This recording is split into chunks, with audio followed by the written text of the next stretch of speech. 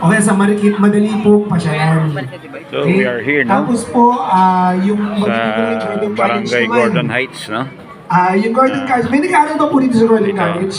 Ayun po si Nag-aaral Mayor, yung mga no? anak po. Apo. Yan si Mayor. Okay. Yung Gordon College Ito po, alam niyo naman po kailan estudyante dyan? Vice Mayor Cerezo, no? 7,000 po. Si Vice Mayor. Mahigit 7,000 po yung nag-aaral sa Gordon College.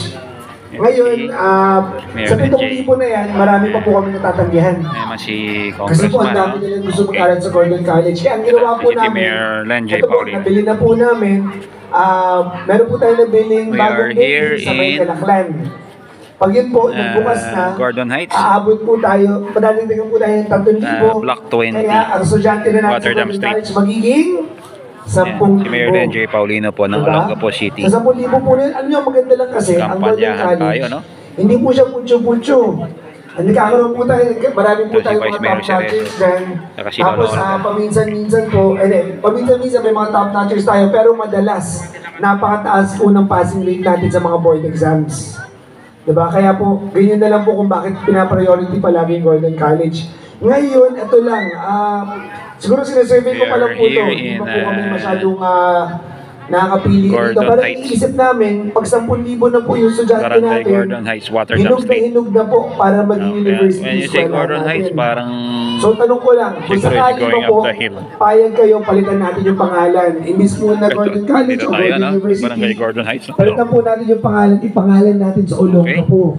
Ang iniisip ko po, Universidad ng Lungsod ng Olongapo. Dito sa Pwede?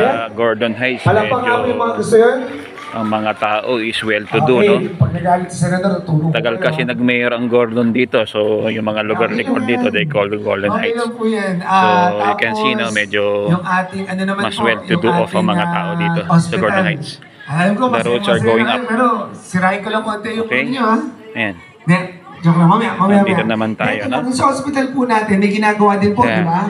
Extension po yun ng So, dialysis center. nandito tayo, mangyayari Barangay po, yung Gordon second Heights, floor, Rotterdam dagdag pong Street. dialysis center. We are on Yung the third third floor night naman of po, campaigning, no? bagong Yeah. mga kwarto. Yeah. Dagdag kwarto po. Ayan si Mayor, ha? Basta si Ngayon, Mayor. bakit po dialysis center? Kasi alam nyo, hindi po natatanong, yung kuya ko po, matagal din nag-dialysis. Kaya po, Mayor. alam namin kung gaano kahirap. Tapos si Vice Mayor Cerezo, tsaka si Alex Security. Sa totoo lang po, ngayon po kasi 12 po yung kama natin ng dialysis. Pag yan po, nagbukas na, aabot po tayo 40. Okay? Ayun naman po, halos libre naman po yung dialysis natin, pero ang Ito si hirap po Vice kasi Mayor nung Cerezo. maghahanap ka pa ng slot. Vice Mayor ni Ang hirap Lenjay. po nun. Ayan si Mayor. Kaya yun, okay lang ba po dialysis yung gawin natin? Okay lang? Yan, si Vice Palakpak Mayor nga po yung Cerezo, payag po doon. Nakita nyo? Ito si Mayor Kaya Paulino. yung mga papalakpak may libre. Alright, yung mga pumalakpak may libreng dialysis. Mamaya din. Ay nako. Then, ano lang po, eto actually, mabilis na po talaga ako magsalita, no? Kasi alam ko naman, trabaho, yung ano naman po, trabaho na po yung salita. Pero ito, pagbigay nyo na po ako, kailangan ko lang po itong banggitin. Kasi po, yung ating, yung hospital po kasi natin, madalas po ngayon, yun po talaga yung tinitira. Yun po yung ano pong tinitira ko Okay lang, pinakita ko, tulong sa inyo. Ito siya, Alex, no? Yung hospital po kasi natin, ngayon po, Security ni Mayor Lenjay. binabanatan po talaga. Ngayon sa akin, ako po Alex, sanay ako inaatake. Pagkatapos na ito, saan naman tayo? Ang mabigat lang, 3F, siyempre yung Santa mga Rita. nagtatrabaho po doon, nadidemoralize. Ang pangalan ng kalsada, Ang 3F? po, alam niyo, ang daming lumalapit sa akin. Mayor, patulong naman po sa ano, bayad po sa ospital. Ang pangalan ng kalsada, 3F. Sabi ko, sige, patingin ako ng bill. 3F. Pagkakita ko po nung bill nila, nung mabayaran nila. Basta ang pangalan ng kalsada, 3F. Mali. Oh, bakit yun yung private? Makikita niyo yung Ayun, simbahan kasi doon. sabi nila. 3F, parang Santa Rita, yung lugar kagabi. Mapatay daw sa hospital. Alex. Nakanan kayo. Diba? Ang sabihin ko po, Hindi ka na kaya aabot kailangan sa- ko po itong galing banggitin ng kasi Tabacuan, di ba? yung Yung kanan. confidence po ng mga tao nawawala sa Kagabi, hospital. Sa may ano Diba? lang yan. Eh sa totoo lang, pinupuntahan po tayo ng mga taga Zambales, pinupuntahan tayo ng mga taga Bataan, Lapit, basta. tapos yung mga taga Ang pangalan po ng kalsada, 3F. 3F. Lalong nahihirapan. 3M. Eh siguro, F, F, ano ko F, lang, F. 3F. 3F, 3F. saan ba po merong hospital na wala pang namamatay? Meron para simbahan doon eh. Sige. May alam ba po kayo? Basta hospital kagabi, na wala namamatayan? Diretso ka. Kagabi, Santa Rita, nandun tayo. Google Map ko na lang, Alex, ha? Hindi. Tapos maliban po dyan kasi, Tanong nyo lang kung saan yung meeting. alam nyo, 3F. sa mga pwede ko pong ipagmalaki, pagdating po sa mga... Ito, nakita mo, no? Pagdating Maganda po sa yung mga bahay dito, no? kumakandidato, lalo na po sa Barangay mayor. Gordon Kaya ko nung Heights. po malaki sa inyo, ako po nung na-hospital ako, 2 sunod na beses, sa James po ako nagpunta. Sa James po ako nagpapa-hospital. Yung nurse mismo po, kung nakita ko, Mayor, ano ginagawa mo rito? Kasi diba pag mayor, saan po dapat pupunta? Anong po inaasahan? Saan magpupunta? Private, o kaya sa Manila. Ako po, dito. Alam niyo bakit? Sinasabi ko sa inyo, pumunta kayo sa hospital namin natin. Diba, ang hirap naman po, sabi ko dito kayo, at ako pala hindi ako dyan pupunta. Diba, malaking kalokohan po yun. Ako po, malaki tiwala ko sa hospital natin, kaya dyan po ako nagpupunta. Magagaling po yung mga tao dyan. Ngayon, sabi ko nga, maiba ko na kasi, totoo naman po ito, lumabas po ako dyan sa hospital, nakuha ko yung pinakamagandang serbisyo. Diba? Pero tanongin niyo ako, masaya ba ako? Siyempre, hindi, na-hospital nga ako eh. Sino ba na-hospital na? Sino ba na-hospital na dito sa kamay? Di ba po nakaka-bad trip mo hospital? Nakainis, di ba? Kahit saan po yan. Hindi, yun lang po kasi syempre may dinamdan ka, may pinagdaanan ka, kaya nakakapilun po. Pero satisfied po ako sa trabaho nila. Diba? Sabi ko nga, kunyari ngayon dito, nabagsakan tayo bigla ng pera. Diba? Kaso magkakasugat tayo. Tatahiin yan. Libre. Pag yan ba po, tinahi ng libre sa hospital, masaya na kayo. Di pa rin, diba? Kasi biglang meron na tayong ganun. Yun po yung yun po yung realidad dyan. No, mahirap po. Wala po talagang lumalabas sa hospital ng masaya. Ibahin ko lang. Kung sa private pa po kayo nanggaling, sa private po kayo lumabas, masaya ba kayo? Lalo kayo atakihin sa puso paglabas. Ito po, no, yung kaba Diba? ng mga tao, no? Ngayon lang po, Yung pasensya setup, na po, alam niyo, naglalagay sila ng mga monoblock chair po. Pag-usapan to kaso, syempre po gusto ko lang pong i-guarantee sa inyo na maayos po yung hospital natin. Okay, pwede palakpakan po natin yung ating hospital. Pero siguro, ibahin ko lang, parang mali pa lang sabihin na walang masaya. Meron naman pala po. Meron pong mga lumalabas sa hospital na masaya. Okay? Meron po nun. Meron pala. Siyempre, ito po yung mga bagong panganak. Tama. Yung mga bagong panganak po, siyempre, masaya mga yan. Di ba? Ang ginagawa po namin kasi, meron pong programa ang city. May buntis pa po rito? May buntis? Mabubuntis pa lang. Wala. Okay. Ganito. Ang ginagawa po kasi natin, pag meron pong malapit ng mga anak, sinusundo po namin sa bahay nila. Tapos kapag malapit na po, pag malapit na po susundin namin sa bahay nila, siguraduhin po namin libre sa hospital. Okay, tapos po, paglabas, pag okay na po umuwi, ihahatid pa po namin pauwi. O, di ba? Palakpak naman po tayo. Tapos, ganito, ginanahan ako eh. Yung libre po nating panganganak, syempre, alam niyo po, mamalaki natin. Pag sa Olonga po, masarap mabuntis.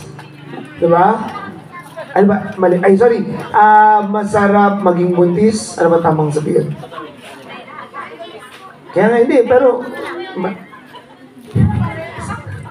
mahirap din maganak eh. Parang, hindi, kung mamimili lang naman ako. Hindi, huwag na, may mga bata, huwag. Hindi, ibig sabihin, basta yun. Pag may mga anak, pag mga anak po, dali niyo po sa amin, para simple. Tapos, dahil po ginanahan tayo, sa libreng panganganak po, kahit senior po, pwede. Libreng panganak, mami, pwede pa, pwede pa. Pwede po. Sinubukan nyo na ba? Ang bilis nyo pong humindi, hindi pa naman sinusubukan. Pag partner po yung problema ninyo, nandyan naman po si Vice Mayor Rodel Cerezo.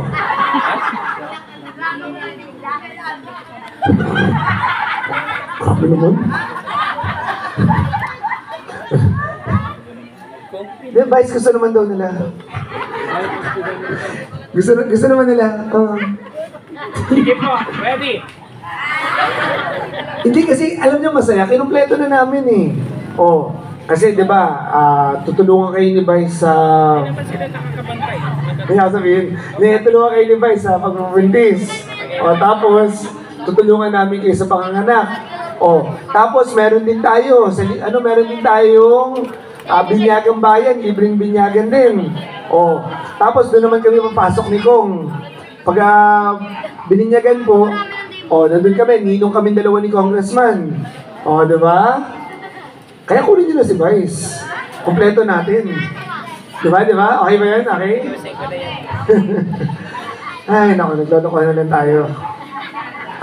Sige, dalawang bagay na lang po una po, sa mga hindi po nakakaalam, tuloy-tuloy po yung project ng city. Meron po tayong palibreng salamin. Okay? Punta lang po sa mayor's office, i-assist po namin kayo. Pero unahan ko lang po kasi minsan, yung iba po akala, pupunta lang doon, dampot salamin, uwi na. Hindi po.